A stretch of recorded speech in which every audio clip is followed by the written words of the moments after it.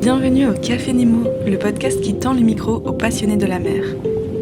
Ici, on vous raconte la science marine autrement, parce que comprendre les océans, c'est déjà mieux les protéger. Alors, inspirez profondément, Prenez votre tasse et plongez avec nous. Est-ce que vous connaissez l'origine de la plongée ? Parce que moi, avant aujourd'hui, je ne la connaissais pas.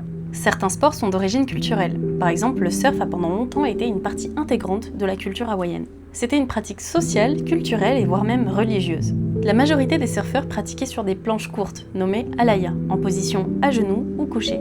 Quant aux chefs, ils se distinguaient socialement par la possession d'une planche beaucoup plus longue, nommée holo, sur laquelle ils pouvaient pratiquer en position debout. Mais la plongée, c'est un sport qui, à mes yeux, est bien particulier, parce qu'on va rentrer dans un milieu qui n'est pas le nôtre, dans lequel on ne peut même pas respirer. Alors comment on en est arrivé là ? En soi, la mer est une source précieuse pour l'homme. Elle nous apporte de la nourriture, des objets précieux, des matériaux. Ça ne m'étonne pas qu'on se soit adapté pour aller plus profond, plus longtemps. Par exemple, à force de plonger, les bajots d'Indonésie ont développé des adaptations physiques et génétiques pour pouvoir performer en apnée. Puis, pour plonger plus longtemps, le lest est apparu dans l'Antiquité avec le Scandalopetra. Le Scandalopetra, c'est une grosse pierre de marbre ou de granit attachée à une corde qu'on utilisait pour plonger plus profond. Malgré ça, l'apnée ne nous permet pas de rester très longtemps sous l'eau.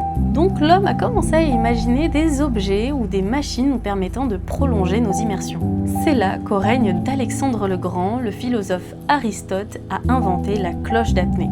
Il s'agissait d'un grand tonneau de 2 mètres de haut, fabriqué dans un matériau léger comme le bois ou le métal, qu'on lestait et qu'on descendait verticalement dans l'eau depuis un bateau. L'air restait coincé dedans et créait une poche respirable pour une personne qui était à l'intérieur.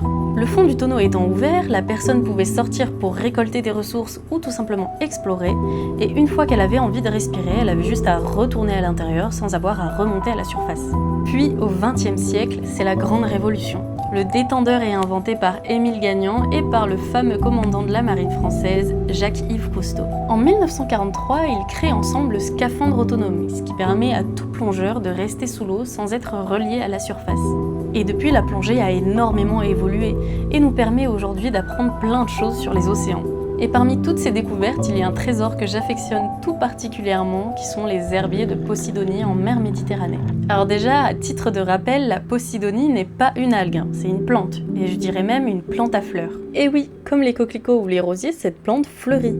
Par contre, elle fleurit tous les 4 à 6 ans. Et en plus de fleurir très rarement, elle pousse très lentement.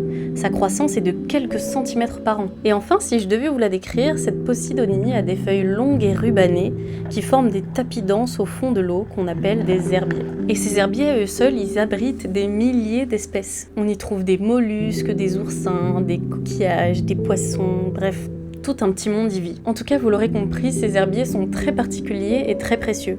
Mais malheureusement, ils sont aussi très abîmés par endroits. Par exemple, lorsque les bateaux lâchent l'ancre ou la remontent, ils arrachent une partie de cet herbier. Un seul coup d'encre peut détruire des mètres carrés de cette Posidonie. Et comme vous l'aurez compris, elle met énormément de temps à se reconstruire, ce qui laisse parfois des cicatrices visibles. Ces trous d'herbiers morts qu'on voit parfois au fond des océans s'appellent les cimetières d'herbiers. Et ce n'est pas la seule menace. Il y a aussi la création des ports, la mise en place de structures côtières ou encore les dépôts de sable qui asphyxient les herbiers.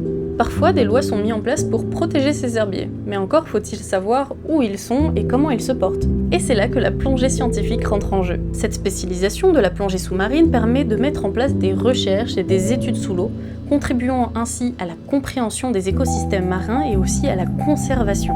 Leurs données alimentent la recherche, permet aussi d'aider les gestionnaires d'aires marines protégées à prendre des décisions, ou encore de mettre en place certains projets de restauration. Mais alors comment on fait pour faire de la recherche sous l'eau et comment on sait si un herbier est en bonne ou en mauvaise santé ? C'est ce qu'on va voir avec Clément Lahoud et Loane Mégé, 2 plongeurs scientifiques à Sémantique. Alors si ça vous intrigue et si ça vous intéresse, rendez-vous la semaine prochaine dans le nouvel épisode du Café Nemo.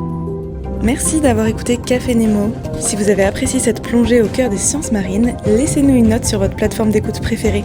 Et si vous avez des questions sur les océans, on en discute sur Instagram ou peut-être dans un prochain épisode. À très vite au Café Nemo.